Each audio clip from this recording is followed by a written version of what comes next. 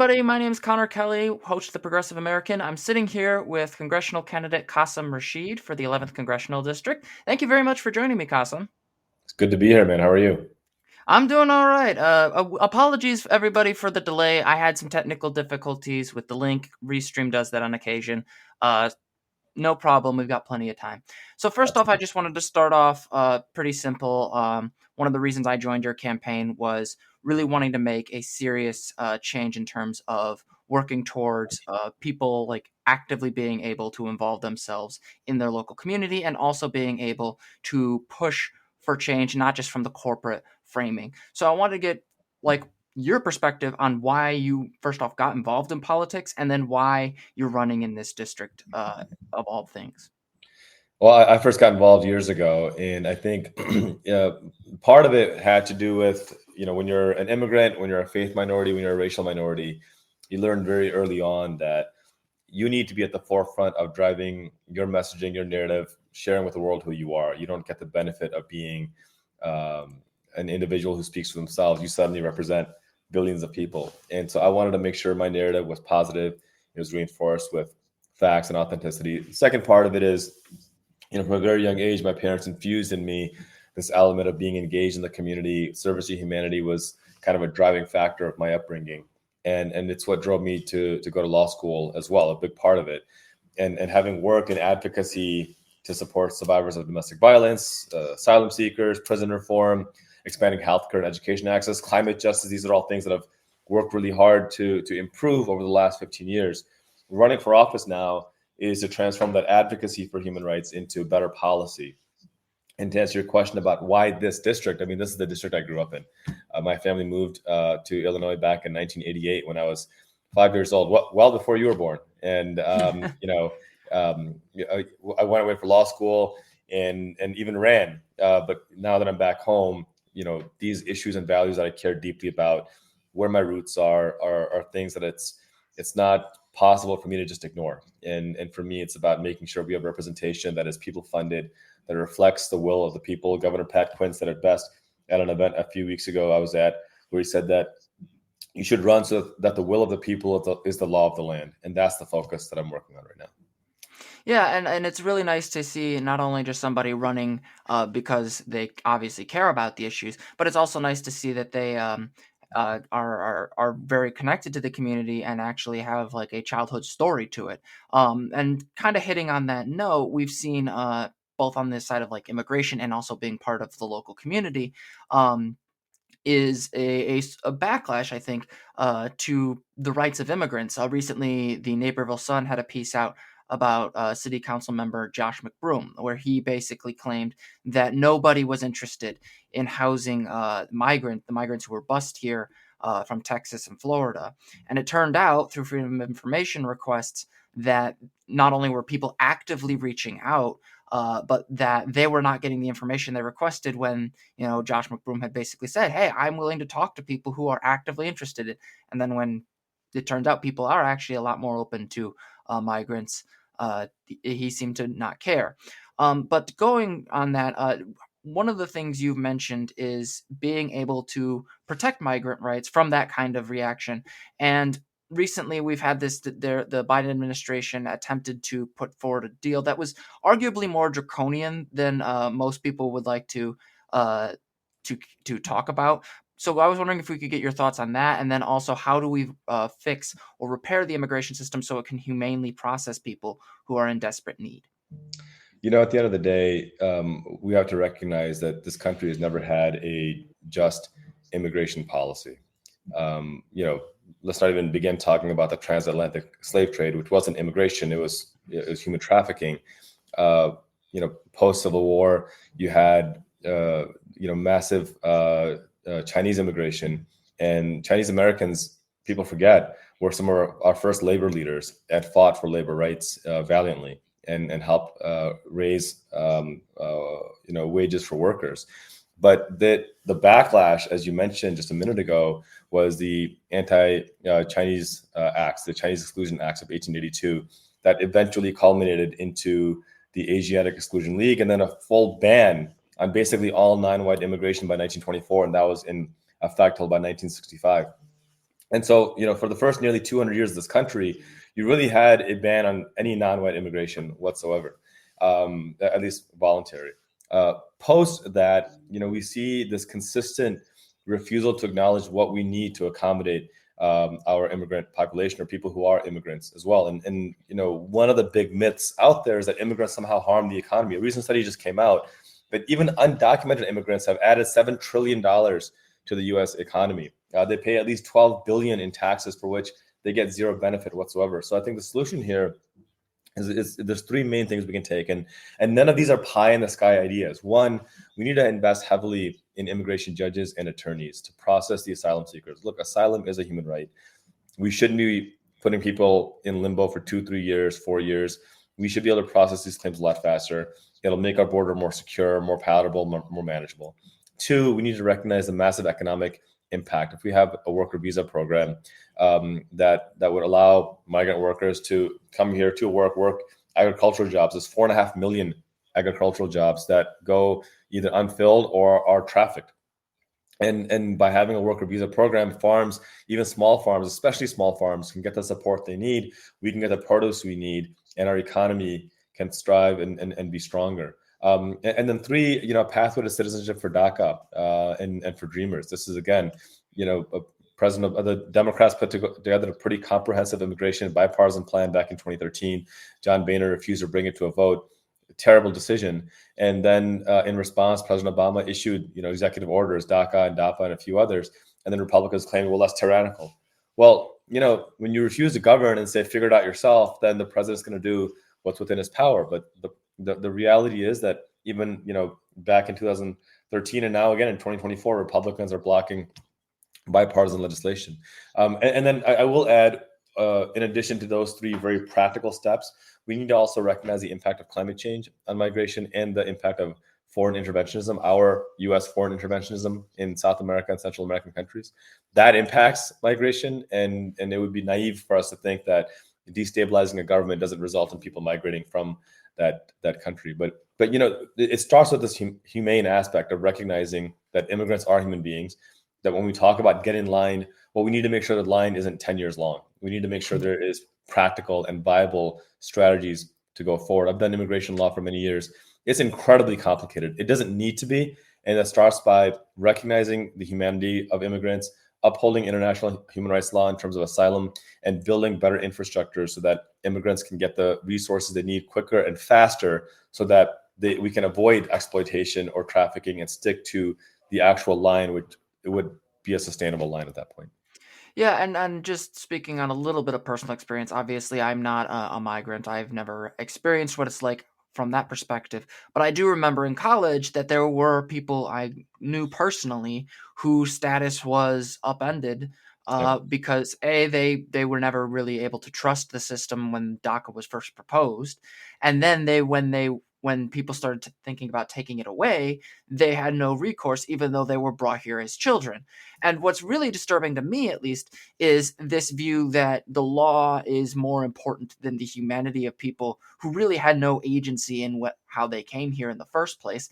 And as you mentioned, who are in dire circumstances that our policies just do not meet.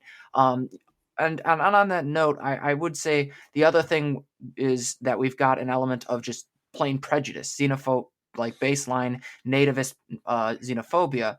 And I was wondering, like, what role would you play, as you have played, in combating that rhetorically, politically, and any other policy procedures you think would be good for protecting people who are in a vulnerable status? Well, I think it starts with representation.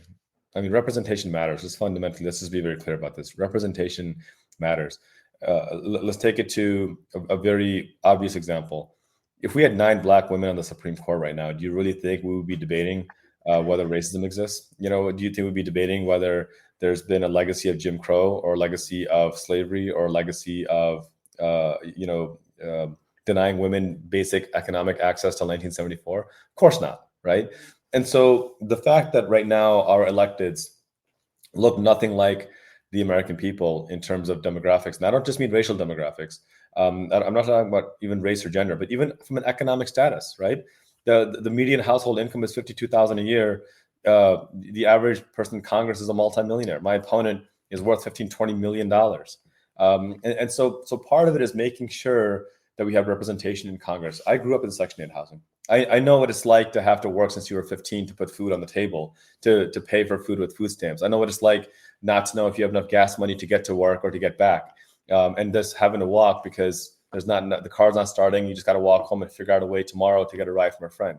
I've experienced these, and I also understand the struggle it takes to get out of that. Right? It's very expensive to be poor in this country, and there's a lot of shame associated with it.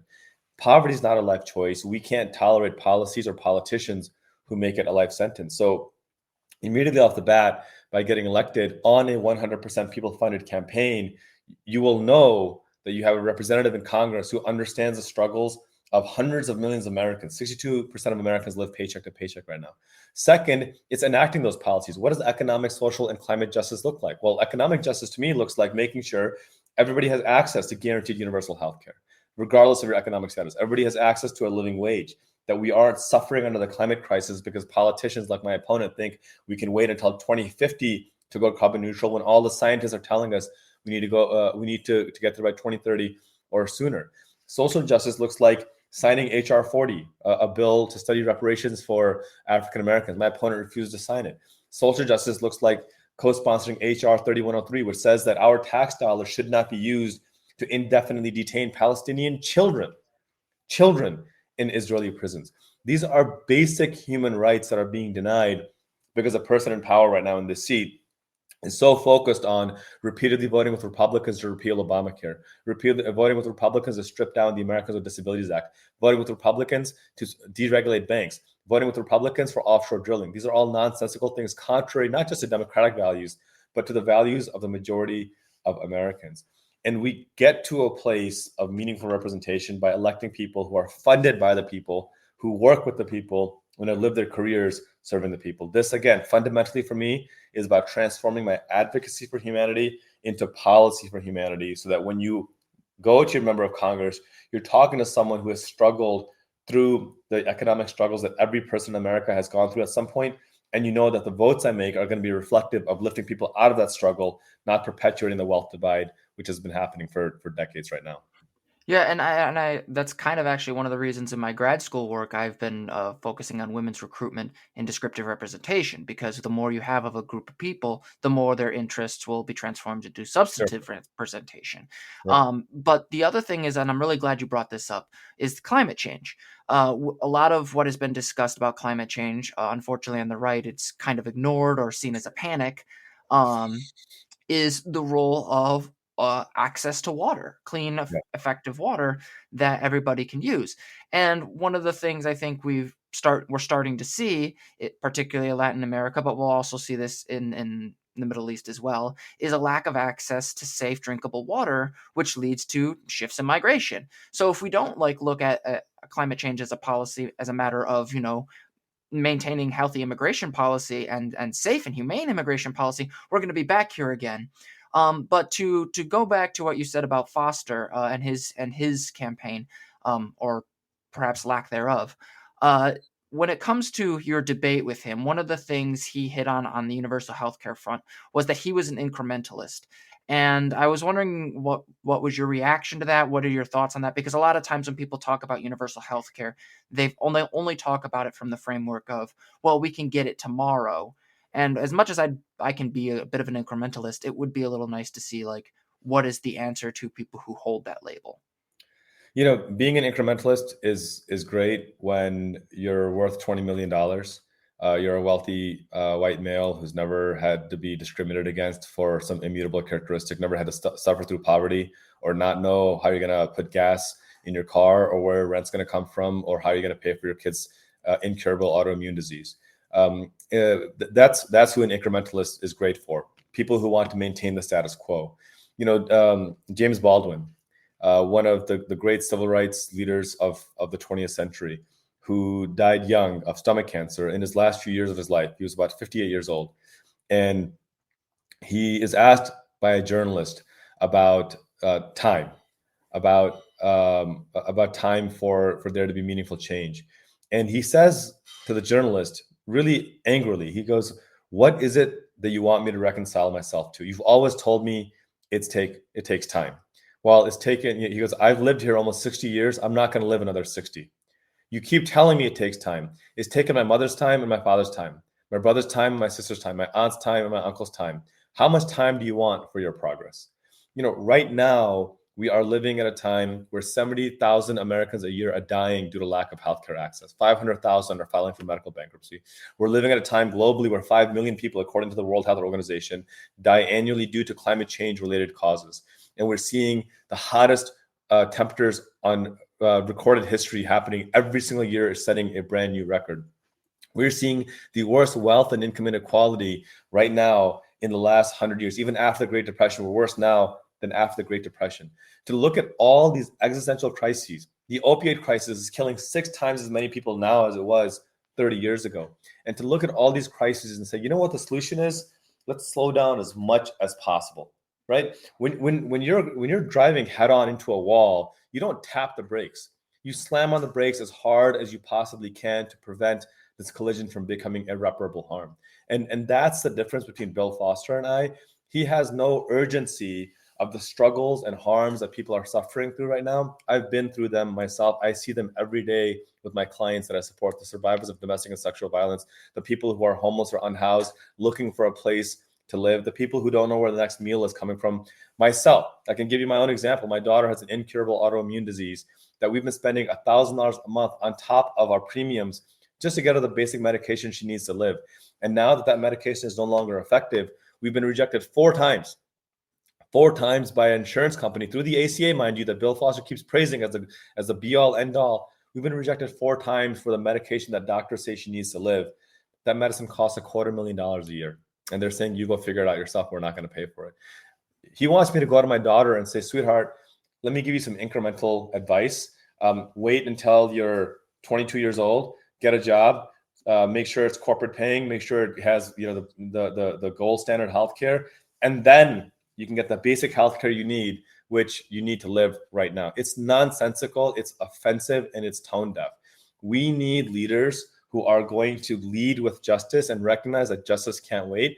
Because when you don't have food to put on your kid's plate, telling that person we're going to have incremental progress is not enough. It's not good enough. We need to have change now, and that is possible. None of the stuff I'm talking about is pie in the sky.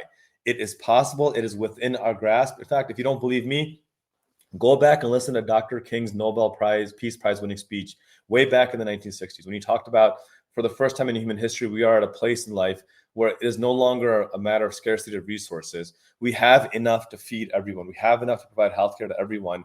We need to provide that access. And the fact that we have politicians who stand in the way of that progress is a reflection of why we need more people-funded people in Congress, not corporate-funded multimillionaires funded by billion-dollar corporations for so-called incremental progress.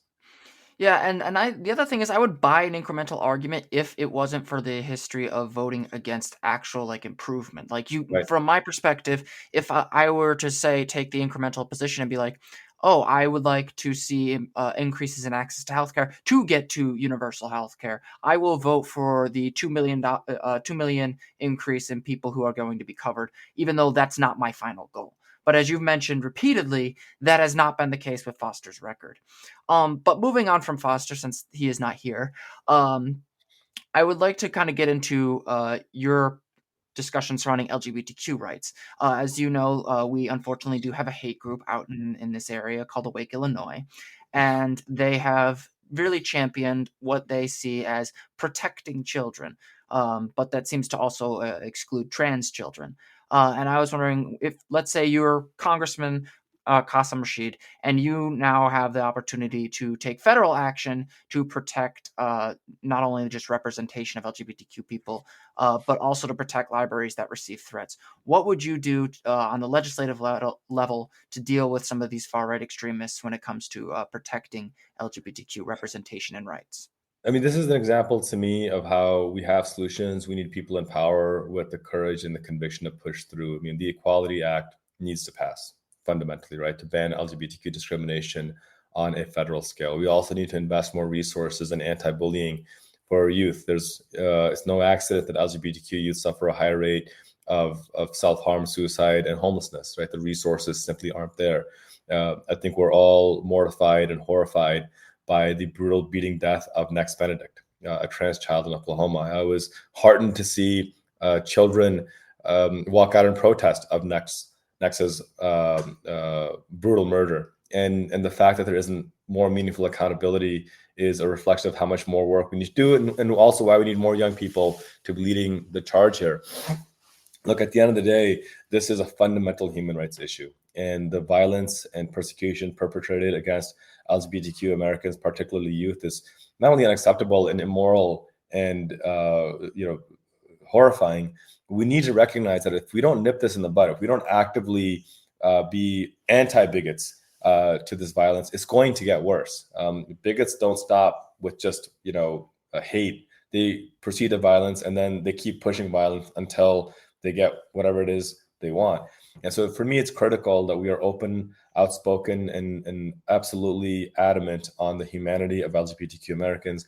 Passing the Equality Act is a big step. Investing heavily in protecting youth is a big step. But it goes, again, even to the legal spectrum. Like it's legal for a lawyer in jury selection to exclude somebody because they identify as queer. I mean, it's mind-boggling that in 2024 that's still a reality. But that's another example of how even the criminal justice system or the civil justice system, there's discrimination that can be easily remedied by making sure we are clear in our principles of justice and advocating for the humanity of all Americans, including, of course, LGBTQ Americans. Well, I thank you for that, because one of the things that has been especially concerning is the attempted censorship of histories surrounding LGBTQ people, Right. and that's something that's near and dear to my heart, even though I'm not a member of the LGBTQ community. But a because it's history, and B because it's just the basic representation of all of our people. But moving on to something that has been you've been asked about quite a bit, and that's Israel Palestine. Yeah. I know in your debate with Foster, you mentioned that you are very pro ceasefire, as am I. And one of the criticisms has been levied, like, how do we keep Israel safe while also ensuring the dignity of Palestinians if Hamas is still around? Um, and I was wondering if you could give your response on that, and then I'll have a follow-up question.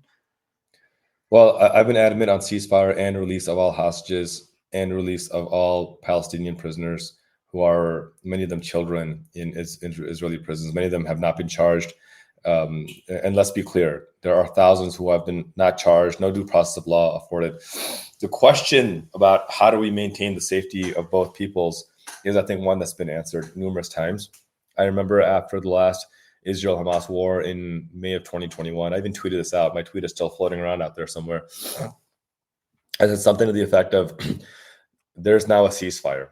And I use that word ceasefire. Hamas rockets have stopped. Israel bombing has stopped. Now, nothing is stopping Israel from removing its illegal settlements on Palestinian land and ending its illegal military occupation of Palestine.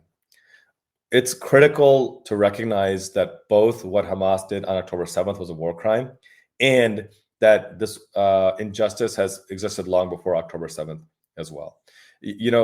Since May of 2021, Israel did not remove its military occupation, right? It did not end its illegal settlements. In fact, it just announced it's building 3,400 more homes, illegal settlements on Palestinian land. This is a violation of international human rights law. Hamas didn't exist for the first 20 years of the occupation. It is a reaction to the occupation. This is a reaction to a perpetual, decades-long violation of international human rights law. And it keeps Israel less safe, and it keeps Palestinians less safe. We need to ensure that we are holding our own allies. And if Israel's our ally, we need to hold them accountable to international human rights law. Otherwise, we lose our own moral standing here as well. The constant question is asking what Palestinians will do. Yes, but let's also ask what Israelis are doing in the situation. It needs to be parity in this conversation. And the big difference between my opponent and I is that while he and I both agree that Israel is violating international human rights law, I'm the only one with the courage, the conviction, the confidence to say that now let's hold them accountable to international human rights law. And that begins with a ceasefire and unconditional release of all hostages and Palestinian prisoners as well, who you could easily call hostages as well. And then an end to the occupation and the settlements. In his 16 years in Congress, I could not find a single example where he's called for an end to the occupation and an end to the settlements. Not one example. I couldn't find a single example of him calling to release Palestinian children indefinitely detained in Israeli prisons. He is far from someone who's speaking from a position of justice and honesty here. And I think it's important that people recognize that if you truly want safety and security for the people of Israel, and if you truly want safety and security for the people of Palestine, that happens by upholding justice, not by playing favorites.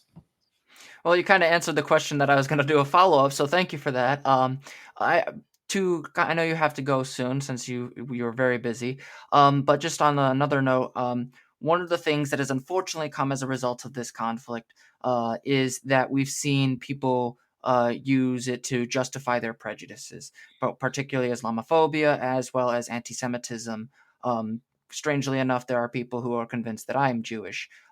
So that's a little interesting. But in terms of what your role has been and what your role will be in combating that, particularly if you're elected to Congress, what can we do? What can we as organizers and as Americans do to effectively combat these prejudices and make sure that they don't become cyclical towards one another?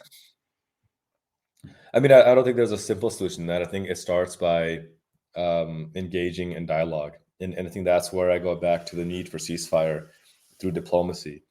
And we're seeing the evidence of that in this siege of Gaza, which is now going on for almost 6 months. 30,000 civilians killed. 70% of them are women and children. The pro-war crowd keeps screaming, "Well, we need to release the hostages, release the hostages." Okay, let's look at that. The bombing has released 2 hostages. 2, right? The ceasefire released 136 safely. Anybody with common sense who's committed to peace will say, okay, if we really want to release all the hostages, then that happens through peace and diplomacy.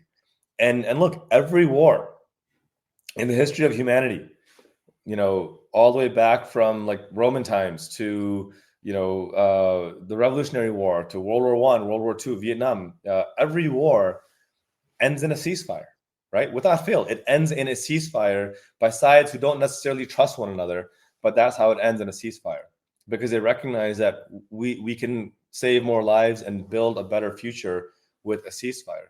And so when that is the history and the proven model, let's follow that and let's engage in meaningful dialogue. Let's engage in meaningful discourse. That's really the path forward. I'm proud of my record as a human rights lawyer to have stood with my fellow Jewish neighbors against anti-Semitism. When there was the spate of attacks on Jewish cemeteries, I took my mosque community to Jewish cemeteries to help clean up and stand in solidarity with our Jewish sisters and brothers. I sit on the board, likewise, of a nonprofit that works on ending the occupation. And I've traveled to Israel and to the occupied Palestinian territories to work with Jewish leaders and Israeli leaders and Arab leaders and Muslim Palestinian leaders on reconciling and building bridges of understanding and dialogue. This is the work I've been doing. And I can tell you the vast majority of people want peace. They want dialogue. This is why it's critical that we elect leaders who ensure that the will of the people becomes the law of the land, not the will of corporations and special interests. Well, thank you very much for joining me. I really appreciate it, and I'd love to have you back on. This has been wonderful. If you would like to make any final remarks or anything, I'm more than happy to. We're running a 100% people-funded campaign. We're down to the last 3 weeks. Election day is 3 weeks from today. If you're in district, go vote now. And I can't emphasize this enough. Grab 10 of your friends and take them with you. We also would love volunteers. So if you want to get involved, phone banking, text banking, postcard writing, reach out to us through our website, QasimRashid.com. We're available at Qasim Rashid. And Connor, it's great to have you on the team as well. And let's go out and win this thing on March 19th. Absolutely. See you in the field soon. All right. Take care, bud. Take care.